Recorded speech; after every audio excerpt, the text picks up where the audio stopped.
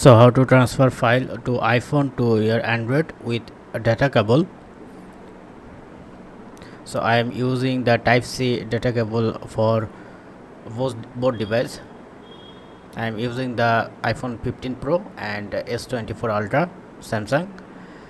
So now I am connecting both device with cable, and you see the charging option, so don't worry about that.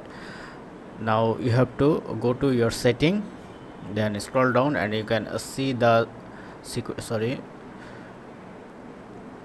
account and backup, and press on transfer data from drive setup. You can receive or send data both. So I am selecting the receive. Select iPhone and press on OK. So once done, it takes some time to synchronize the data size. So keep. Now you can choose the option. Suppose I am transport the call and images. Press on transfer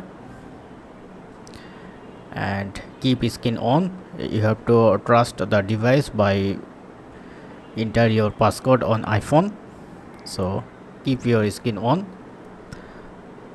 So it's take 1 hour actually.